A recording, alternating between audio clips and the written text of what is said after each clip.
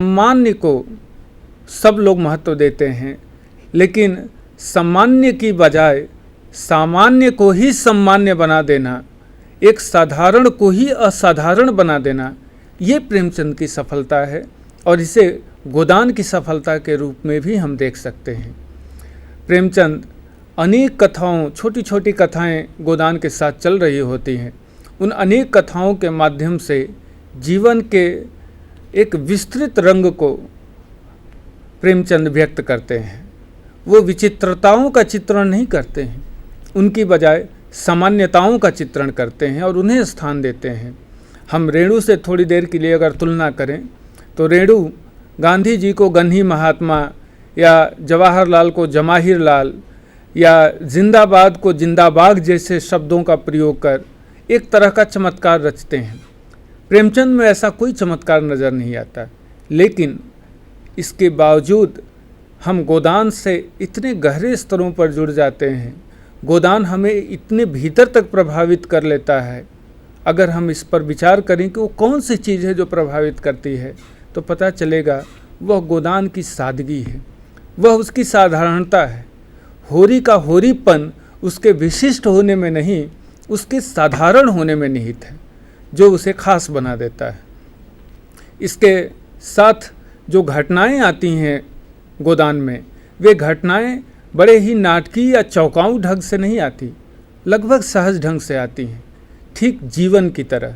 हमारे जीवन में कुछ दुर्घटनाएं होती हैं, कुछ अच्छी घटनाएं होती हैं, लेकिन वो एक सिनेमाई या नाटकीय अंदाज में नहीं होती। बार बार वह घटनाएं, ठीक है कि गाय का मरना या हीरा का घर छोड़ के भाग जाना एक बड़ी घटना है, या किसी ब्राह्मण के मुंह में हड्डी डाल देना बड़ी घटना है, लेकिन इसके बावजूद वह अस्वाभाविक नहीं लगता है। यह प्रेमचंद की सफलता है। प्रेमचंद के गोदान में जटिल संरचना को और जटिल यथार्थ को एक सरल ढंग से, सादगीपूर्ण ढंग से लेखक ने व्यक्त किया है और इसी में गोदान का गोदानपन निहित है।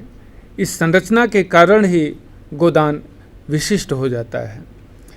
हम उसकी भाषा पर नज़र डालें। गोदान की भाषा, जिस जगह का वर्णन लेखक ने किया है, वह स्थान अवध का क्षेत्र है और वहाँ की मातृभाषा अवधी है, लेकिन प्रेमचंद अवधी की बजाय हिंदुस्तानी का प्रयोग करते हैं। उनके पात्र देशज शब्दावली का या बोली का प्रयोग नहीं करते हैं, वो लगभग परिमार्जित हिंदी का प्रयोग करते हैं। और यही कारण है कि गोदान से पूरे भारत का किसान, खास तौर से संपूर्ण हिंदी क्षेत्र का किसान जुड़ा हुआ महसूस करता है।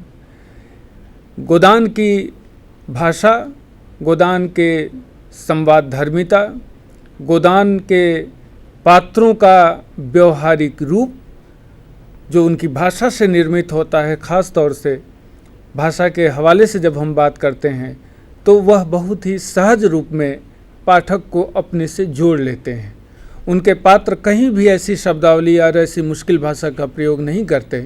यहाँ तक कि मेहता के दार्शनिक बातों के दौरान भी गोदान में प्रेमचंद बहुत ही सहजता से सामान्य जन की भाषा का या प्रवाहपूर्ण हिंदुस्तानी का प्रयोग करते हैं, जिससे पाठक आसानी से जुड़ जाता है। व्यापक रचना दृष्टि बार बार नज़र आती है और जब वर्णन कर रहे होते हैं प्रेमचंद तो तमाम पक्षों को, शहर के पक्ष हों, गाँव के पक्ष हों, जमींदार की बातें हों या पुरोहित की बातें हों, किसान की बातें हों या किसी व्यवसायी या पत्रकार की बातें हों, हर जगह प्रेमचंद की जो दृष्टि है वो विशद दृष्टि है। एक विस्तृत वातावरण को और पूरे परिवेश को जोड़ने की जो कोशिश वो करते हैं, वह कोशिश गोदान को अलग आयाम देती है, उसे एक उपन्यासों की चली आ रही परंपरा से अलग परंपरा के रूप में स्थापित कर देती है। इसके साथ ही चमत्कार की बजाय अभिव्यंजना की जो सादगी प्रेमचंद प्रस्तुत करते हैं, वो भी उसकी भाषा के कारण विशेष प्रभावी हो जाती है उस अभिव्यंजना में भाषा एक बड़ी भूमिका निभाती है। और यही कारण है कि आज भी प्रेमचंद भाषा के मामले में एक प्रतिमान बने हुए हैं। और जब भी अच्छी भाषा, प्रवाहपूर्ण भाषा की बात होती है, प्रेमचंद हमारे सामने खड़े हो जाते हैं। प्रेमचंद के गोदान पर तमाम विद्वानों ने टिप्पणियाँ की हैं, लेकिन रामविलास शर्मा ने जो टिप्पणी की है वह इसके मूल सत्व को उद्घाटित कर देता है। रामविलास शर्मा लिखते हैं कि यहाँ सैलाब का वेग नहीं है, लहरों के थपेड़े नहीं हैं, यहाँ ऊपर से शांत दिखने वाली नदी की भंवरें हैं जो भीतर ही भीतर मनुष्य को दबाकर तलहटी से लगा देती हैं, और दूसरों को वह तभी दिखाई देता है जब उसकी लाश उतराती हुई बहने लगे।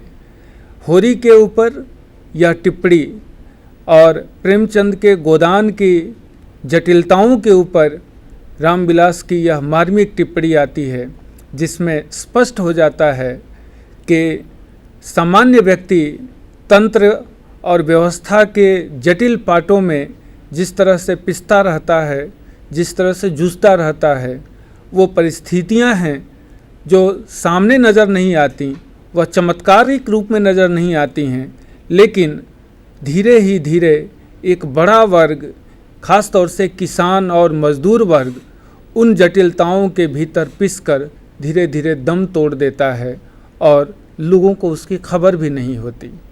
इतने आहिस्ते आहिस्ते होरी महतो रूपी किसान मजदूर बनता है, दिन रात मेहनत करता है, दिन में जाके सड़क पर कंकड़ खोदता है और रात में कतली काट करके थोड़े धागे निकालता है कि उसको बेच के कुछ पैसे कमा ले।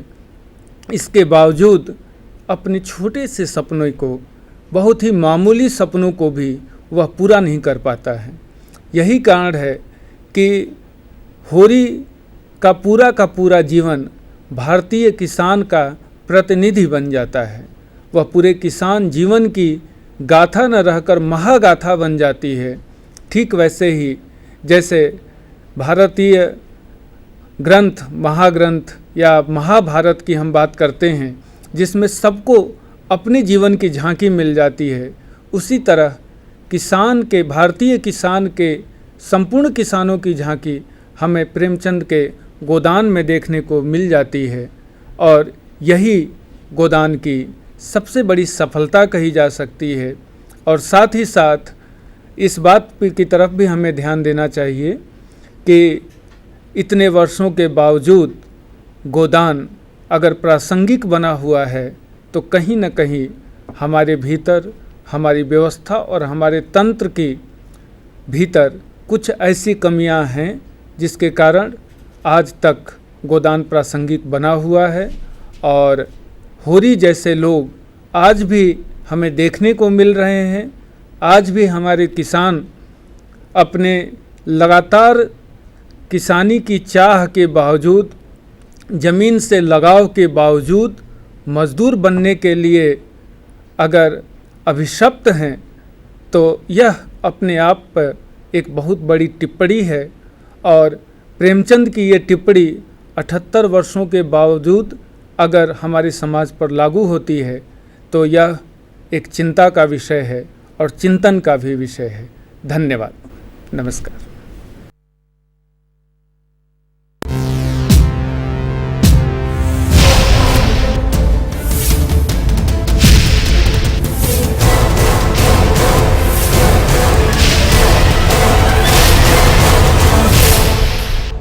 સંધાન